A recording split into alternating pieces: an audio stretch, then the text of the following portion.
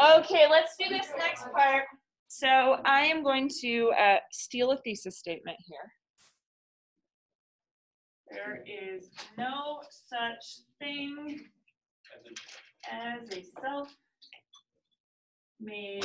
man. And he had something more complicated here, which is that you can get close, but I'm going to simplify it and say because everyone needs help at least once in their life.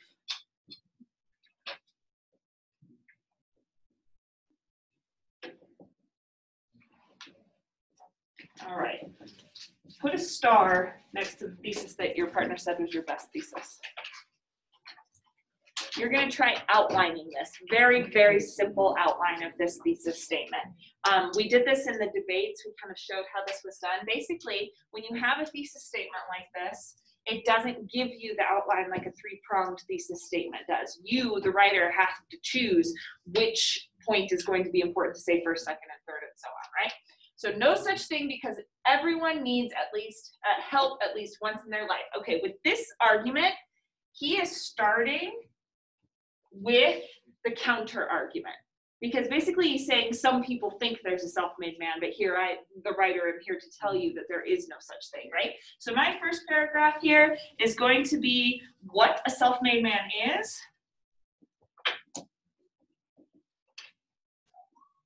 And then I'm going to actually have a second paragraph for my counter argument. So this one's kind of not even argumentative. It's just like, here's explaining my concept, basically.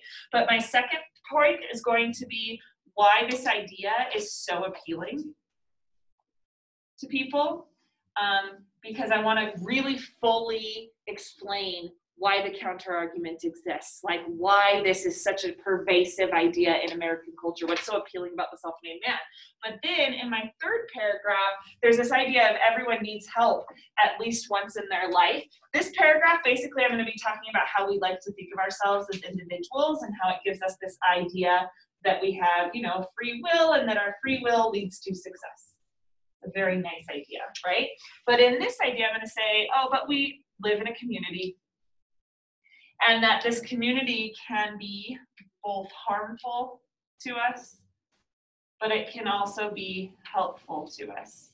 And in my fourth paragraph, I'm going to talk about how even though it can be, because a community can be harmful, because it can be harmful, it means that we have to rely on the help of others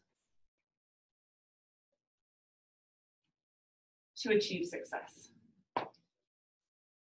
And then because I like that idea, I'm going to actually say in my fifth paragraph is going to be how this creates a nice sense of community.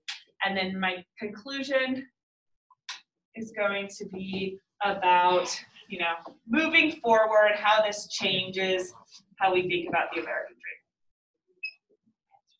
dream. Okay, I had to work that out in front of you, but and there are, you know, multiple ways you could imagine this order, but what I wanted to show you as I was working that out is that it's a logical kind of order where I'm like, okay, I think my reader needs to hear this idea first, and then I can move on to this other idea. If I had started with community, it wouldn't meet my reader's needs.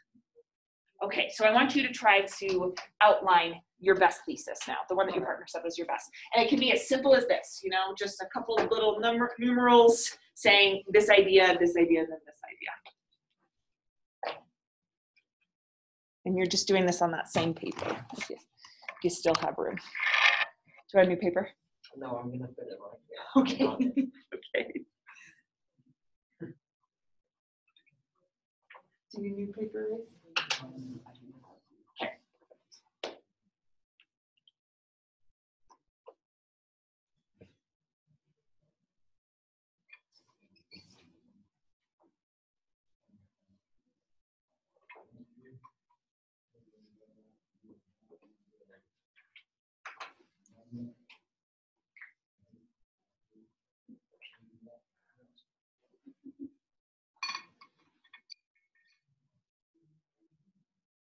If you're feeling lost, I can always come over and help.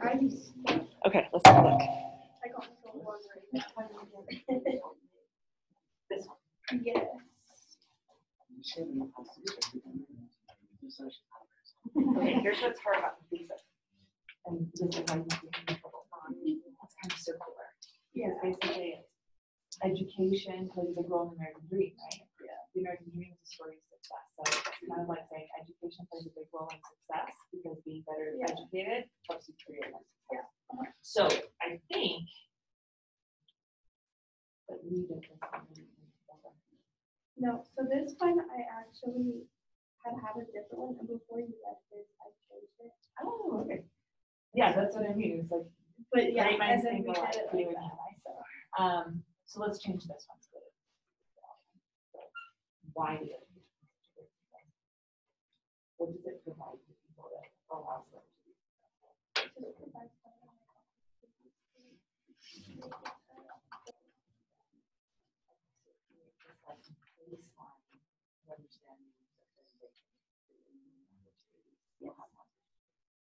Change your thesis to that. Okay. So education plays a big role in the American dream because it provides that base level of knowledge that you can have more opportunities. Okay, got it. And then I think you'll have a better time following. Okay. I feel like mine to get out of here. To get out of here.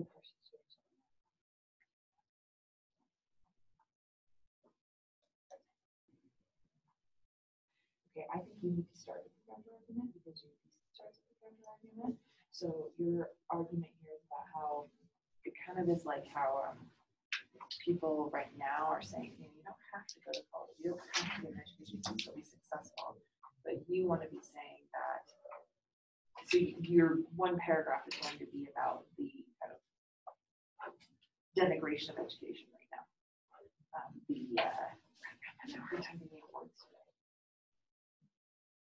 Some people thinking that it's not as necessary in society. And then this is about, then you're going to say, yeah, I get what they're saying, here's how it limits us. But ultimately, you want to say that it is actually helping you get out of tricky situations, right? So ultimately it benefits you. You'll need another paragraph.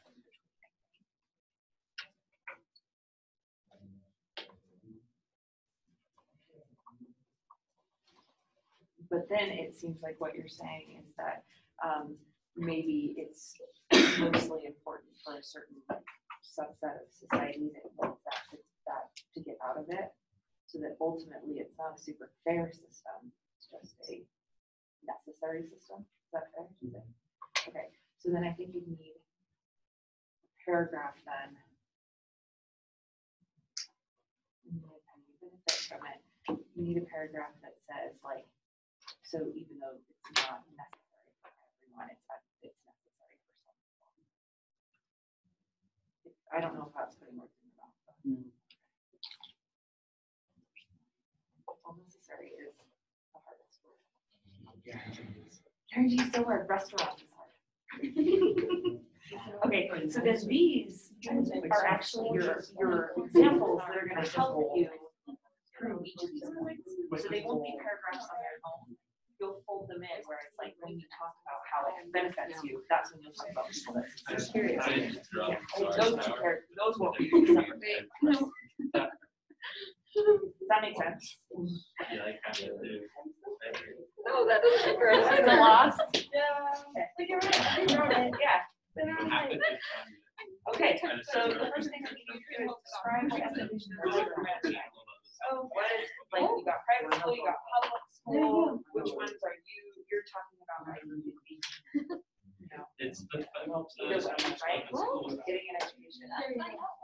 So what education is like in America, and then you want to say what it teaches you, right? So, yeah, what education is like in America would be a second paragraph about like what you get from your education. So what you learn. And then I think that's where you start to get into probably a counter argument where people are like, what I need math, or I didn't get finance, or whatever. So your counter argument is about how some people might do it. That's what I put. No, I didn't. Oh, yeah, it's not ready. That's fine. I put I There's no S. know I have there's Yeah, some people might think it's my We're probably gonna forget that within the next 5 minutes. That is a hard word to spell. Yeah, I was like, that it teaches you things that you're not going to need in life. Maybe.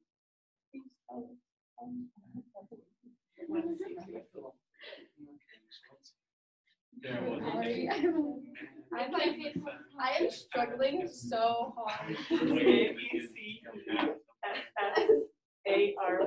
I was looking at Oh, necessary? Yeah. Oh my gosh. Like, necessary to teach things that you don't really need, right? But then you're gonna go on to explain why it creates a baseline, and then how that baseline creates something. Okay, okay, thank Uh-huh. Hey, hold on, I thought it was on. Okay, how'd it go? Bit of an outline. So the thing you want to look for in your outlines, we don't want to break up our argument by the examples that prove it. So one way to do that, this is the not way, to be very clear. So there's no such thing as a self-made man because everyone needs help at least once in their life. Number one, Oprah needed help. Number two, Obama needed help. Number three, Lincoln needed help. In conclusion, everyone needs help. Okay, so this is the way that we don't want to write the essay. It's the most boring thing ever. Right, it's because it suggests that our thesis is so basic that we can just repeat the argument over and over again and just plug in a new person each time, and then it'll make the same argument each time, right? That's why it becomes really boring. So instead, you've got to break it down by the argument, not by the examples. So you don't want to just list examples, you want to create these small building blocks of an argument so that ultimately we step back and it is a masterpiece. It's the Empire State Building. Because we've built it up level by level. Keep trying to, someday I'm going to come across the right metaphor for this. That wasn't it. Okay, does that make sense?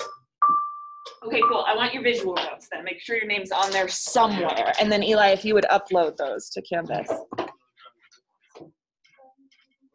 And then I've got 7 minutes to introduce The Great Gatsby to you.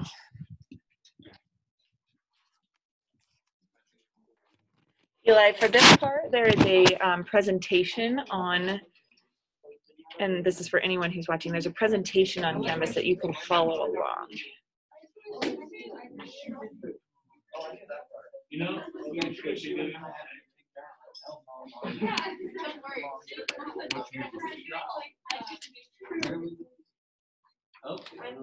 Oh, pass it forward.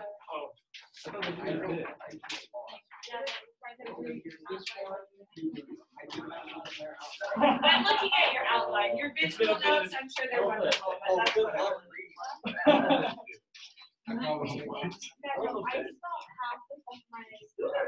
It's like a clown, but it's well, we're gonna assume it's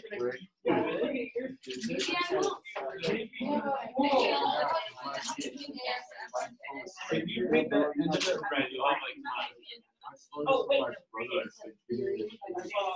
if you put red all over there, you'll be like hey.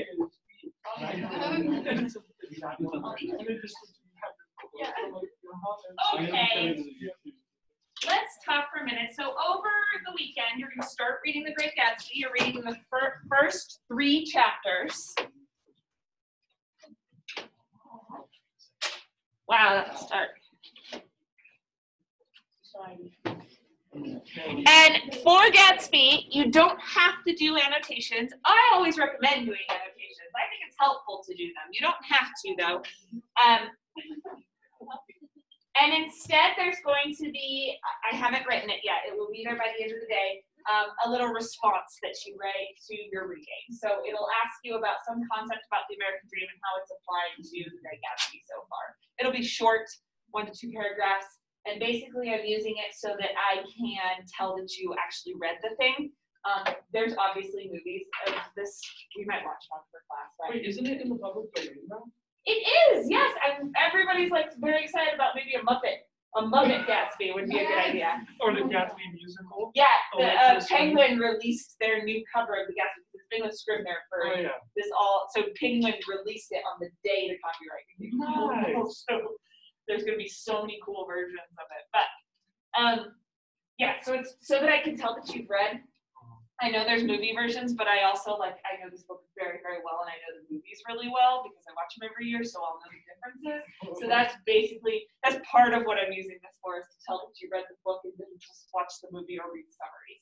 So when you do the responses, be as detailed as you can, and I will explain this in the assignment description. So it's not high stakes writing. I'm not grading you like you get 9 out of 10 because you spelled this word wrong. I'm grading you based on how much thought I think you're putting into actually reading the book. Okay, so one of the things about the Great Gatsby that's so famous is that it does take place in the 20s. Takes place, I believe, in 22 and written in 25, which is a time of great prosperity in America. Unemployment, we started the decade in 1921 with unemployment at 11.7. That's looking pretty familiar to us right now, right? By 1923, and it makes a lot of sense because the last plague, was 1918, right? By 1923, unemployment dropped to 2.4%. That is ridiculously low. It basically means if you wanted a job, you could get a job, unless you were very unworthy of having a job. That's not right to say, but unless circumstances were pretty extreme, you could have a job. So they're called the Roaring 20s because of this idea of economic prosperity. There's the nice thing. And they're also, another important part about the 20s to know is about the prohibition of alcohol. So 1919, the government made alcohol illegal, manufacture, sale, and transportation. They did this because they wanted to cut down on crime, poverty, prison populations, death and disease rates, corruption, opportunities for minorities.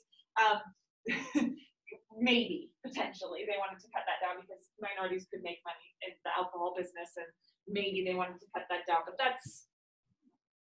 we could talk about that in more depth if we had more time. Anyway, they had good intentions trying to cut down on alcohol.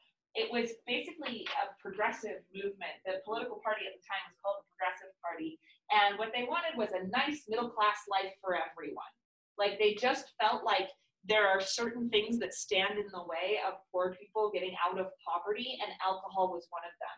Especially women were behind this movement, because women without a lot of economic or physical power, honestly, were often the victims of abuse by alcoholics, right? So there were a lot of women involved in this movement. Let's cut down on these things by cutting down on alcohol consumption. It did not have great success. Super hard to enforce. Basically, everyone who wanted to drink kept drinking. And it led to organized crime, which was a big problem. Mafia and mobs basically controlling the production and distribution of alcohol gave certain crime families and certain crime syndicates like a ton of power. You're going to see why that's important in Gatsby. So yeah, it kind of had the opposite effect also of what they wanted, especially if you were a racist, because it opened up opportunities for people to mingle. Like if you could get alcohol, then you became a little bit more okay with racial mingling. And there was something called the Black and Tan clubs or speakeasies that would have, jazz culture, and whites and blacks would be dancing together. And it kind of created an attitude of corruption or an attitude of permissiveness, let's say. Part of that was through jazz. An expression of the times, of the breathless, energetic, super active times in which we are living. Here's some famous jazz musicians in the 20s. It's a cool name too. It also led to permissiveness, not alcohol, but this decade was characterized by permissiveness with women too. Basically, pre-World War I, women were already starting to work in cities. During World War I, women started working in factories, And so after the war, they found a new sense of worth and belonging, and especially economic worth and belonging. Like, hey, I am a part of this country. Hey, I am an individual without the men in my family. And they started demanding their independence and wanting the vote. They had wanted the vote for a very long time, but they have more people on board once they've been working in cities and have a presence there. So 1920, the 19th Amendment is ratified. This is when women get the right to vote. And along with women becoming greater economic force and political force, they also became this social force. I mean, they've always been a social force, but part of the social force of the 20s was this girl called the flapper.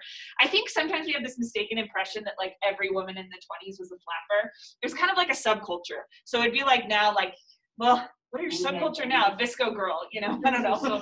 When I was a kid, it'd be like the punks or whatever, the goths. They were like a subset. So not everybody was a flapper, but they had a lot of influence over culture. So women cut their hair short. They wore short skirts. That's an example of a short skirt. They smoke and drank in public, no less.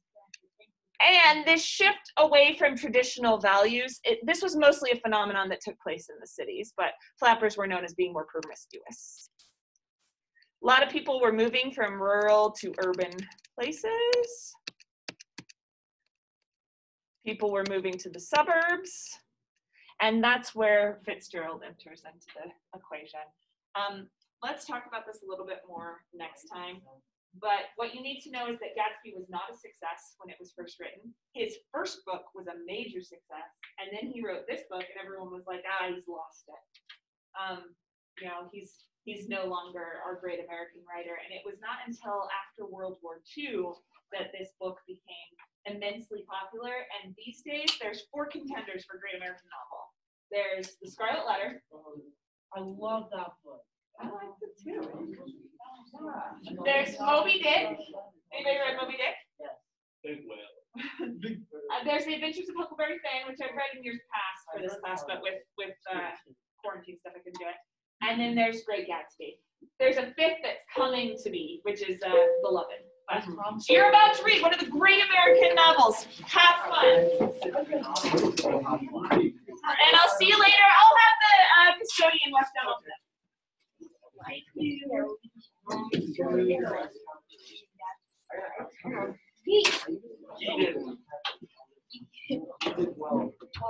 go to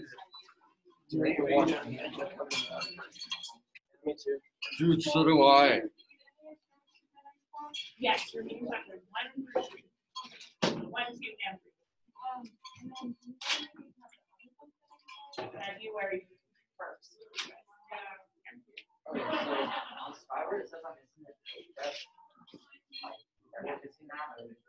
Just you. Did you finish the worksheet that you did not just? You did it before you came to school with your group. Did you do that? No, because I was born. Okay, so check out that assignment. It's open until Friday, and finish that up. It's worth grading. Okay. I'll go over that. All right, thanks. Yeah. Thank you. Thank you. Thank you. See ya.